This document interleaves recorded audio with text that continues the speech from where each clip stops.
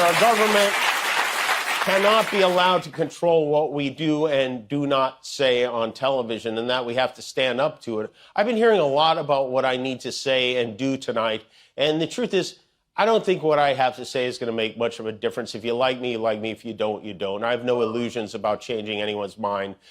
This show is not important. What is important is that we get to live in a country that allows us to have a show like this.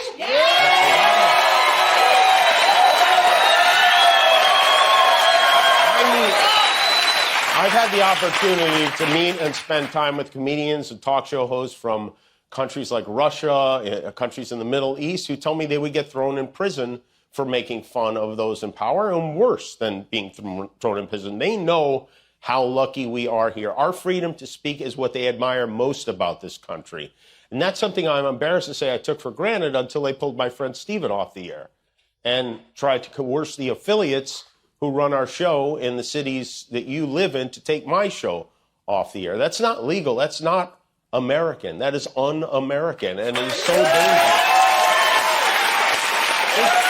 I want you to think about this. Should the government be allowed to regulate which podcasts the cell phone companies and Wi-Fi providers are allowed to let you download to make sure they serve the public interest? You think that sounds crazy?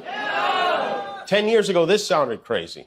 Brendan Carr, the chairman of the FCC, telling an American company, we can do this the easy way or the hard way, and that these companies can find ways to change conduct and take action on Kimmel, or there's going to be additional work for the FCC ahead. In addition to being a direct violation of the First Amendment, is not a particularly intelligent threat to make in public. Ted Cruz said he sounded like a mafioso. Although, I don't know, if you want to hear a mob boss make a threat like that, you have to hide a microphone in a deli and park outside in a van with a tape recorder all night long.